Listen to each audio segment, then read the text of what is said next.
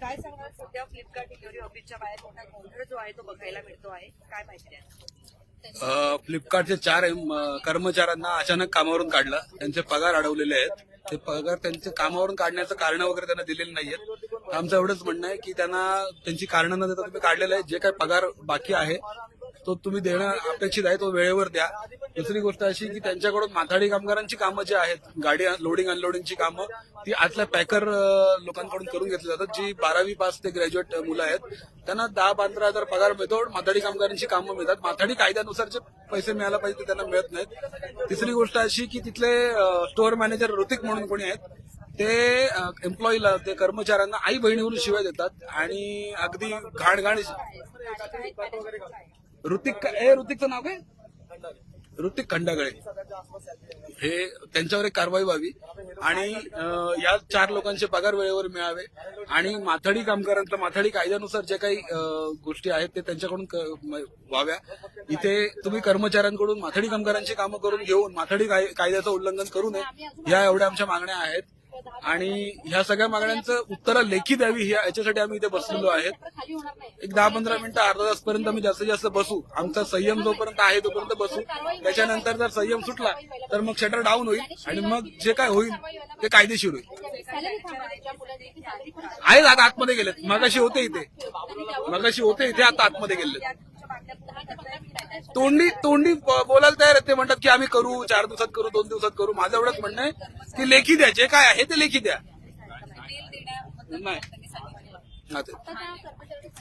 तर आपण सध्या आता बघतोय की या ठिकाणी अनेक जे काही डिलिव्हरी बॉय आहेत त्यांचे पगार जे आहेत ते थकीत आहेत आणि अद्यापही त्यांचे पगार मिळालेले आहे. आणि या संदर्भात आता सध्या सुजिता शेरवणकर असतील, त्याचबरोबर युवराज सर असतील, या ठिकाणी आपल्याला आंदोलन करताना बघायला मिळतात. म्हणजे अक्षरशः एवढ्या उन्हामध्ये ते सध्या इथे बसलेले आपल्याला बघायला मिळत आहे. आणि पुढे काय होईल ते बघणं सध्या खरं तर गरजेचं ठरणार आहे.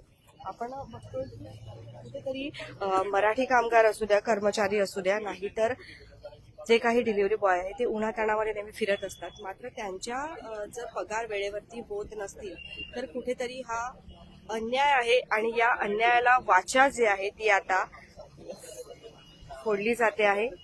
या ठिकाणी सध्या साईडवा ना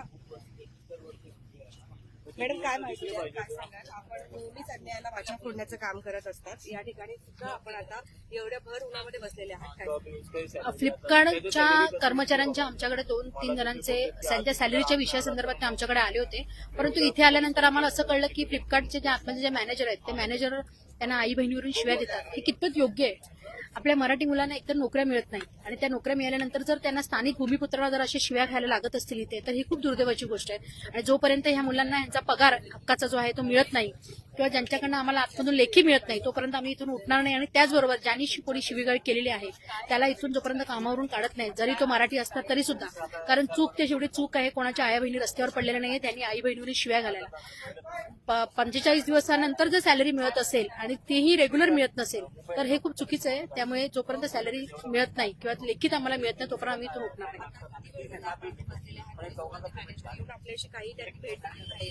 खरं तर कायदा हातात घ्यायचा नव्हता आम्हाला. आम्ही सकाळपासून आम्ही शांततेच्या मार्गाने त्यांच्याशी चर्चा करत होतो. परंतु त्यांच्या ज्यावेळेला सिनियर इथे आले कर्जतवरून, त्यानंतर त्यांच्याशी चर्चा झाली तर ते कुठलीही गोष्ट मान्य करायला तयार नव्हते. पहिली गोष्ट, इथे बरीचशी मुलं सांगतायत की आम्हाला शिवीगाळ केली जाते. आमच्याकडनं जे सामान जे आहे फ्लिपकार्टचं ते टेम्पो ट्रकमधून उतरवलं जातं. म्हणजे माथाडींची जी कामं आहे ती कामं यांच्याकडनं करून गेली जातात. त्यानंतर 10-10 तास त्या मुलांना त्यांचं आपण जी ऑर्डर देतो ती घरपोच मिळावी, त्याच्यासाठी ती मुलं उन्हातानामध्ये फिरतायत. मग ह्या सर्व मुलांची जबाबदारी किंवा हे जे कर्मचारी आहे ते कामगार आहेत, तर ते काही माथाडी कामगार नाहीयेत, पण त्यांच्याकडनं माथाडी कामगारांचं सुद्धा काम करून घेतलं जातं. मी पगाशी पण तेच म्हणाली, आपल्या मुलांना नोकऱ्या मिळत नाहीत आणि त्याही परिस्थितीमध्ये जर आपली मुलं नोकरी करत असतील आणि तिथेही त्यांना जर शिव्या घ्याव्या लागत असतील तर नक्कीच आम्ही त्यासाठी, या स्थानिक भूमिपुत्रांसाठी आम्ही आता इथे बसलेलो आहोत. जवळपास 4-5 जण आहेत कर्मचारी ज्यांच्या सॅलरीचा विषय झाला, म्हणजे पगाराचा विषय झालेला आहे. परंतु त्याच मुलांना किंवा अजूनही आतमध्ये अशी काही मुलं आहेत की ज्यांना शिवीगाळ केली जाते. ती मुलं सुद्धा आता बाहेरून आम्हाला सांगतायत की आम्हाला पण ताई शिवीगाळ केली जाते. परंतु हे कितपत योग्य आहे? जर आपल्या स्थानिक भूमिपुत्रांना जर या फ्लिपकार्ट सारख्या ठिकाणी येऊन जर शिव्या खाव्या लागत असतील तर खूप दुर्दैवाची गोष्ट, आणि त्याच्यासाठी आम्ही आज इथे बसतो. आम्ही आता अजून त्यांची 10-15 मिनिटं वाट बघू, नाहीतर मग हे शटर जे आहे ते शटर खाली करू. मॅनेजर आता येऊन गेले, त्यांनी सुद्धा सांगितलं, परंतु त्यांचं जे बोलणं आहे की आम्ही वरिष्ठांशी बोलतो, आमच्या सिनियरशी बोलतो, हे सिनियरशी हे किती दिवस झाले, जवळजवळ 2 ते 3 दिवस झाले हा विषय चालू आहे आणि शेवटी आज आम्हाला रस्त्यावर बसावं लागलं.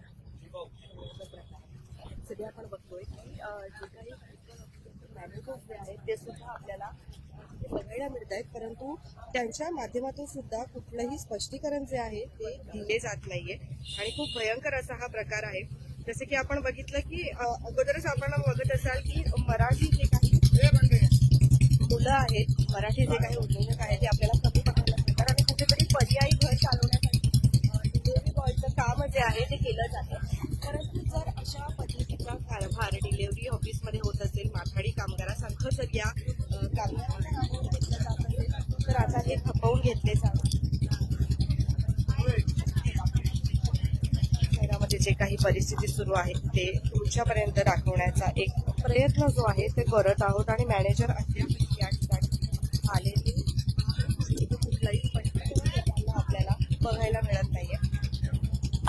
सध्या तरी तर आपण आता बदलापूर पश्चिम परिसरामध्ये फ्लिपकार्टचं जे काही डिलिव्हरी ऑफिस आहे त्याच ठिकाणी सध्या आपण आहोत. आता आपल्याला संपूर्ण जी काही परिस्थिती आहे बघायला मिळते.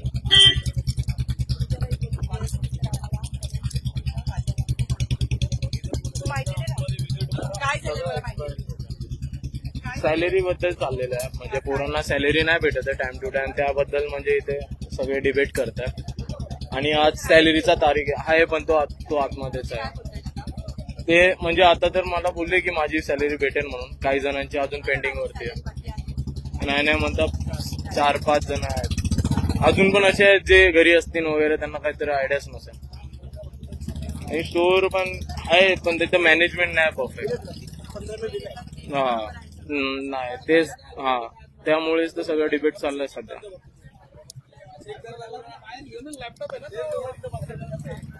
काळ जो आहे तो या ठिकाणी डिलिव्हरी बॉयला केला जातो आणि त्या संदर्भात अनेक डिलिव्हरी बॉय सुद्धा आपल्याला आक्रमक झालेले बघायला मिळत आहेत.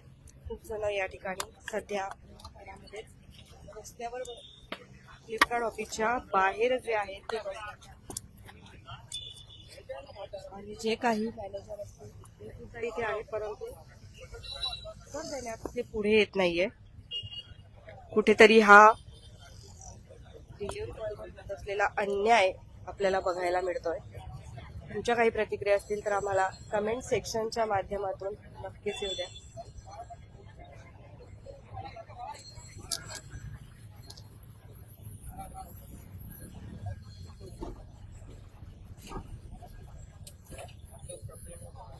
बघत राहा आपले बदलापूर.